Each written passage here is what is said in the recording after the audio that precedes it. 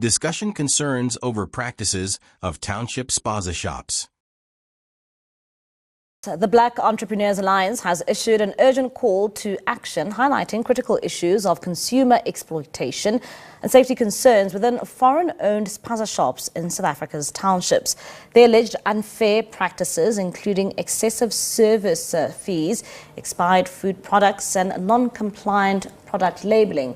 The BEA urges swift action from regulatory authorities to protect consumers, enforce compliance and promote economic empowerment for local businesses. And for more on this conversation, we're now joined by CEO of Black Entrepreneurs Alliance, Refilwe Monageng, and he joins us now in studio for more on this conversation. Much for your time this evening here in SABC News. Now, you've labelled out a number of concerns you have with township spaza shops. Of course, this is also exacerbated by the fact that we saw so many children passing away due to foods consumed from spaza shops.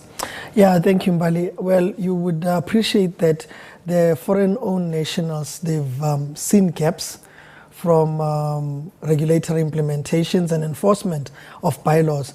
So the foreign owners are violating Section 23(6)A and 26(3)B of the Consumer Protection Act, which clearly states, if you look at 23(6)A, that no supplier can charge an additional fee on top of what's displayed on a product. For example, if you look at airtimes that are being sold in communities, a 29 Rand airtime is sold for 30 Rand. So the question from us is that, so if the foreign-owned nationals, they make R1 million over a period of a month from these 1 rands, over 12 months, it's 12 million Rand. You can imagine what you can finance with that. Secondly, with 26(3)B, it clearly states that every product needs to be clearly labeled. It has to have a barcode and it needs to have an address of the source. Now, you'd appreciate that in South Africa, the barcode of South African manufactured products starts with 600. So the other ones whereby even the National Consumer Commissioner has found out that some products were labeled in Mandarin. So as per Section 3 of the Consumer Protection Act, it's very clear on saying that you need to protect vulnerable groups and ensure that they are buying products that they understand. Like I said earlier on, so foreign nationals have realized the gap, and that's why they are shoving their products to our people on the basis of unaffordability and lack of maybe proper understanding of proper branding of South African products. And now you're also saying that they basically found some of the loopholes that we've had in our systems for quite a number of years, and hence why we find ourselves here where we're having a discussion concerning the issues around spaza shops and not actually adhering to the country's laws. So let me give you context in terms of how foreign nationals have done this. In the early 90s, they came to South Africa selling carpets. Remember those people who were working around with carpets? So they were doing commercial intelligence. One, they understood our habits, our cultural behaviors, and how friendly we are. And with that, they then started shops. So this idea of calling them my friend started there. Hi, friend, how are you? And they give you carpets on credit, saying that we'll come and collect the money month end. So they get to study how many are you in this household, and you also trust them. So by so saying that they bought our community trust in order to ensure that from carpets they open up shops, and therefore psychology our people. That's why it seems that our people trust them more than local entrepreneurs. So we got to understand where does this come from and what has led us to be here. Now, whilst that was happening, there was also an emergence of shopping malls. So shopping malls also, a lot of our local people, they were flogging into buying from shopping malls, and that's how we lost that opportunity of ensuring that while we were entertaining shopping malls, a lot of foreign nationals closed the gap house shops. But it also just shows you that there is still room for spaza shops, because, I mean, there are a number of them in our local communities. At the same time, how do we fix this process? Because you are stating a number of issues here, that they came and they studied, you know, the practices of South Africans. But how do we begin to fix the issues around spaza shops? Because, I mean, I remember growing up in Soweto, there were a number of spaza shops that were actually locally owned. Yes, I mean, you would know Bontate Malakwane, Bontate Maponya, Bontate Khabo, Bontate Monacheng. So there were a lot of people that had started businesses. So what we are asking, we don't want to sound like crybabies. We are saying, let's also contribute and have e-house shops, e-spaza shops. Now, in e-spaza shop, through your WhatsApp, WhatsApp business, you can have and advertise all your products, unlike your customers coming to you, and start delivering to them. So it's an opportunity for us as local entrepreneurs start being advanced and ensure that you build that credibility which foreign nationals saw an opportunity.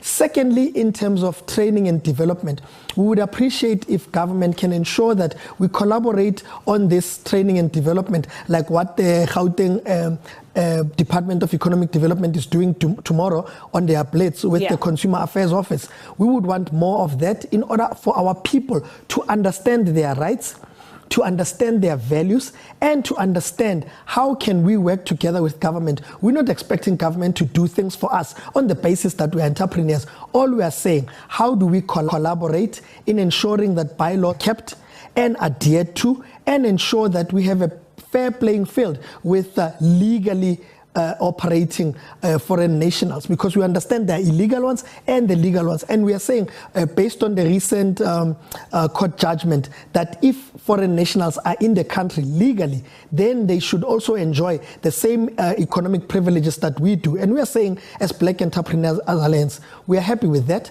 But on the basis of that, we would want them to adhere to the laws that we've spoken about, because if they don't, we run the risk of compromising our own businesses, and the local money that they generate, they expatriate it, they don't contribute to the fiscus, and they also contribute to labor exploitation, because they bring their own people in the country, which we don't know. And by the way, we also want to emphasize that their credit records and police clearances, the municipalities government needs to put it up front to say, we need to know your police status, because the profile of these young men, they can tend to become insurgencies. Lastly, if you recognize the profile of these young men that are in the country, the fact that they don't come with their mothers or grandparents or kids, what is it that they are planning? So we are saying, if they are entrepreneurs, let them illuminate their business visas on any shop. If you go and buy to their shops, you must be able to see their business visas. A number of South Africans have been calling on for inspections to be done at spaza shops, and the Gauteng government will be leading one. You've just mentioned that.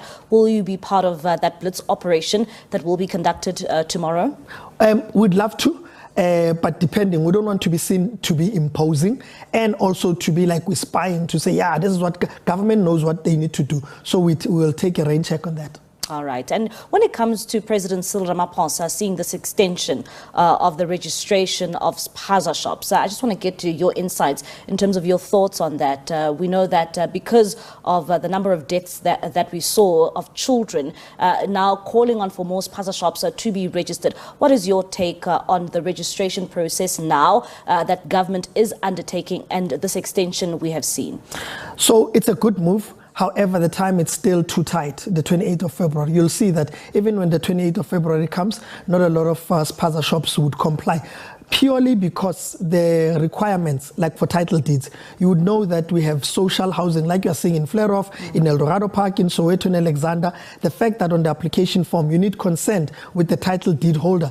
And you can understand that there's also family feuds, that in some instances, the title deed holder might not want to give you consent to open up a spaza shop. Like it's December now. Some family members might say, Smelu malume, when the uncle comes, so and if the uncle says, so Easter, where does that leave you? So it's those such things that needs to be looked at. Then another compliance issue, it's the approval of building approvals. We are to say foreign nationals seems to be when did they get building approvals, because it takes time with regards to public administration. So it means that we're saying that, President, it's not enough.